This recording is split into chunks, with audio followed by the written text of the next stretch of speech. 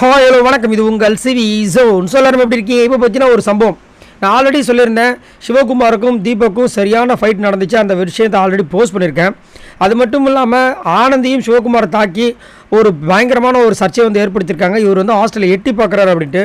ஆக்சுவலாக இது ஒரு கான்செப்ட், ஒரு ஸ்கிரிப்ட் மாதிரி போயிட்டுருக்கு. அதில் இந்த மாதிரி தேவையில்லாத விஷயங்களை வந்து அங்கே சொல்ல வேண்டிய அவசியமே கிடையாது. இதை வந்துட்டு எப்பயுமே இந்த ஆனந்தி வந்து இந்த மாதிரி பேசுகிறதுனால தான் நிறைய பேருக்கு அவங்களை பிடிக்க மாட்டேங்கிறதுனால தான் அவங்கள விஷம் சகுடின்லாம் சொல்லிட்டு இருக்காங்க. இந்த வாரம் அவங்க நாமினேஷன்ஸில் இல்லைன்னு தெரிஞ்சோன்னே அவங்களுடைய ஆட்டத்தை வந்து ஆரம்பிக்கிறாங்க. பாவம் சிவகுமார் மாட்டிட்டு திண்டாடுறாப்புல. இது இன்னொரு விஷயம் என்னென்னா, நைட்டு வந்து ஒரு பிரச்சனை நடந்திருக்கு. அதில் பார்த்தீங்கன்னா இவர் ஒரு வாட்ச்மேன் கேரக்டர்ன்றதுனால அவரை வந்து ரொம்ப வந்து இழிவாக வந்துட்டு நம்ம தீபக் வந்து நடந்துக்கிறாரு. ஏன் இப்படி பண்ணுறாரு தீபக்குன்னு சத்தியமாக புரியல. ஒரு சில நேரங்களில் கரெக்டாக பண்ணுறாரு, ஒரு சில நேரங்களில் ரொம்ப ஒஸ்ட்டாக நடந்துக்கிறாரு. என்னென்னா தீபக்கோட புக்கு காணாமல் போயிடுச்சு போல இருக்குது. அதை யார் எடுத்துகிட்டு போனான்னு தெரியல. இவரும் அங்கங்கே தேடுறாரு, கிடைக்கல. அதுக்குள்ளே வந்து நம்ம வார்டனாக இருக்கிற ஜெஃப்ரியும் வந்து உள்ளே போங்க, அவங்க கொடுப்பாங்க, எங்களுக்கு கிடைச்சா நாங்கள் வந்து கொடுக்குறோன்னு சொல்கிறாங்க. பட் அதை வந்து கேட்காம தீபக் என்ன பண்ணுறாரு, அந்த ஹால்லேயே உட்காந்துட்டு இருக்காரு, உள்ளே போக மாட்டார் ரூமுக்கு. அப்போ சிவகுமார் வந்துட்டு தொட்டு, தம்பி உள்ளே போப்பா அப்படின்னா தொடாதீங்கன்றார். நீங்கள் வாட்ச்மேன் தானே, என்னை எப்படி நீங்கள் தொடாலன்றாரு.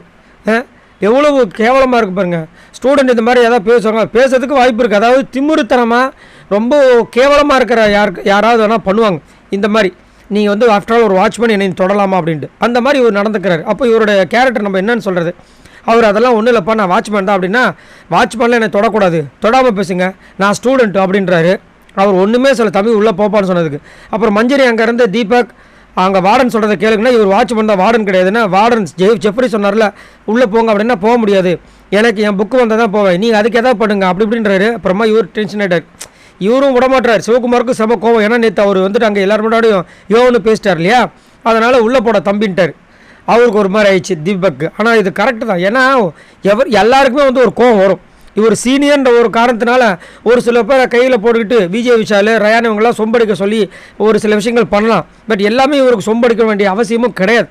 ஸோ இங்கேயும் பார்த்தீங்கன்னா என்னை தொடாதீங்க, நீங்கள் ஒரு வாட்ச்மேன் பேசுகிறது தான் தேவையில்லாத விஷயங்கள். ஸோ இதை வந்துட்டு விஜய் சேதுபதி அவர்கள் வந்து கண்டிப்பாக இதெல்லாம் வந்து கண்டிப்பாக கேட்டுருவார். ஏன்னா இதில் வந்து பெண்கள் சம்மந்தப்படலை இல்லையா, அதனால் வந்து கண்டிப்பாக தீபக் ஒரு அலாரம் மாதிரி கொடுப்பான்ற மாதிரி தோணுது. சரி, நீங்கள் உங்களோட கருத்து சொல்லுங்கள். உங்களுக்கு இந்த விஷயத்தில் சிவகுமார் மேலே தப்புன்னு தோணுதா இல்லை தீபக் மேலே தப்புன்னு தோணுதா? மறக்காமல் கமெண்ட்ஸ் பண்ணுங்கள். பாய் நண்பர்களே.